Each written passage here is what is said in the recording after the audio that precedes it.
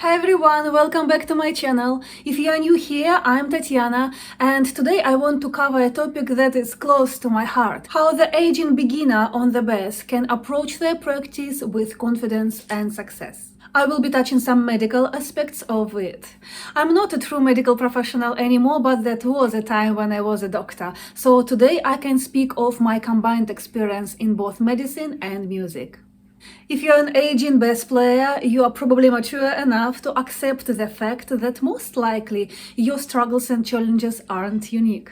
And this is actually a good thing, not being unique in this case, because there are some people around who faced the same challenges and who can share their experience with you to make your life better.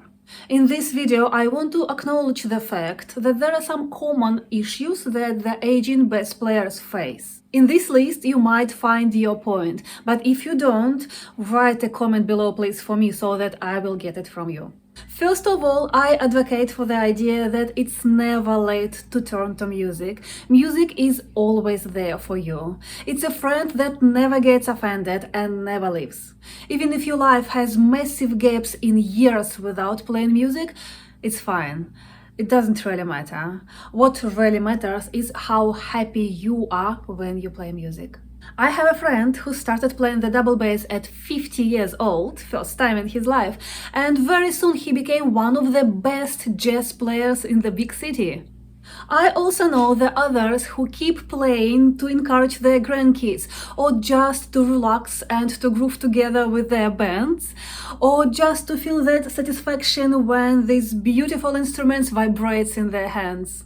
Music is for pleasure, but that pleasure can look different for different people. Some people need to be performing on the stage for that, and the bigger the stage, the better, to feel that feeling of a great achievement. Others find happiness in a more introverted way, and they feel great when they learn, for example, a couple of that new tricky riffs, and they don't even have to show that to anyone, they're just happy to be playing them. It's completely up to you what kind of pleasure you are getting from playing the bass.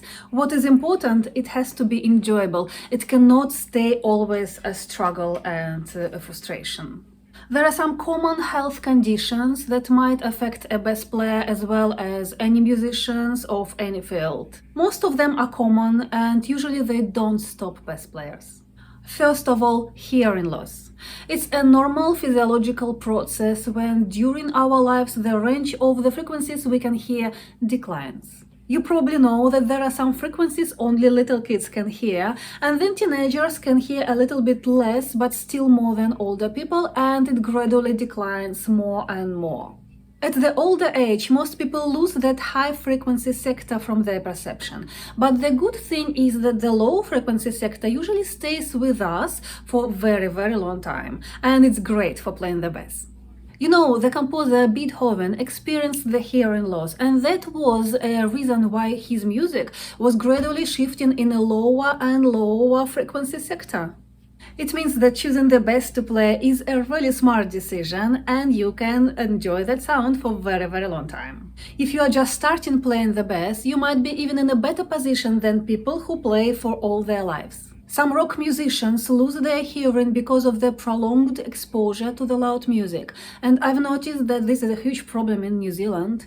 Not many people take it seriously before it damages their ears. Second, joint problems. Conditions like arthritis can affect your fingers and wrists and shoulders and make it difficult to play for the extended periods of time. This might be a hard thing to deal with. However, I know that many people have this and they still play, and they rely on a few things to make their life easier. Medicine. It can vary significantly depending on many factors. Physiotherapy. Some people even have their own portable devices for physiotherapy at home.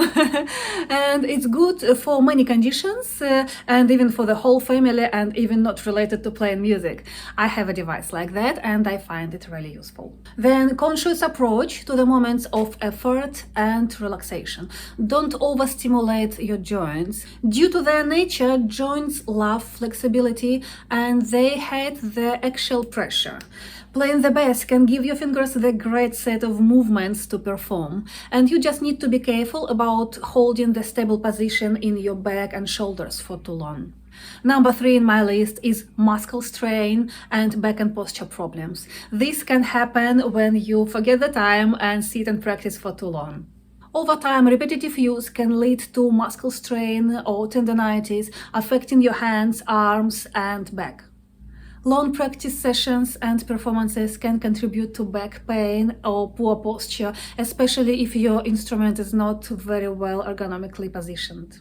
4. Dexterity issues. Aging can affect the fine motor skills and dexterity, making the fast and intricate movements particularly hard to perform. If making new neural connections in our brains is fast and easy when we are babies, it's becoming more challenging later when our brains have to operate with tons of information and different programs, knowledge and experience. That's why finger coordination and fluency might not be such an easy thing to manage with.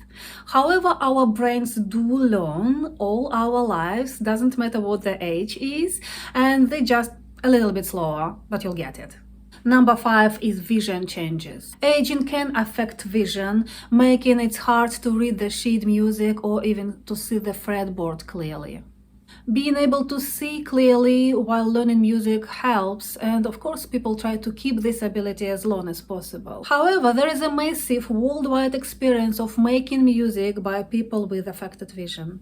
Many of them develop a fantastic feeling of sound, and they don't even have to look at their hands to find the notes and positions. Their hands do all the job with the muscle memory and with the constant control by the ears. If you feel that your vision declines, it's stressful, but it doesn't have to stop you. And the last thing in my list is fatigue. Older people might experience more fatigue during practice and performances. It can affect their stamina and concentration. Unfortunately, there is not much to do about it except for taking frequent breaks and being mindful about what your body needs. I'm preparing another video about planning and self-managing your learning process on the bass, and I hope you won't miss it, so make sure you're subscribed, okay? There will be tips for all age learners, but I suppose they will bring the most benefits to the mature people who are confident time managers, who know what and why they're doing things, and who just simply enjoy playing the bass. Does it sound like you? One of the best things about music in general, and particularly learning the bass, is the journey itself. Just play and enjoy, and you will learn the new things eventually.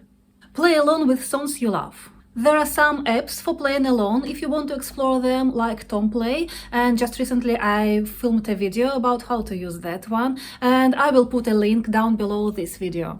They provide a general free trial period. Experiment with different styles and, most importantly, have fun. I hope you find this video helpful and inspiring. If you enjoyed it, don't forget to hit that like button and subscribe for the tips and tutorials. If you have any questions or topics in mind that you would like me to cover, drop them in the comments below.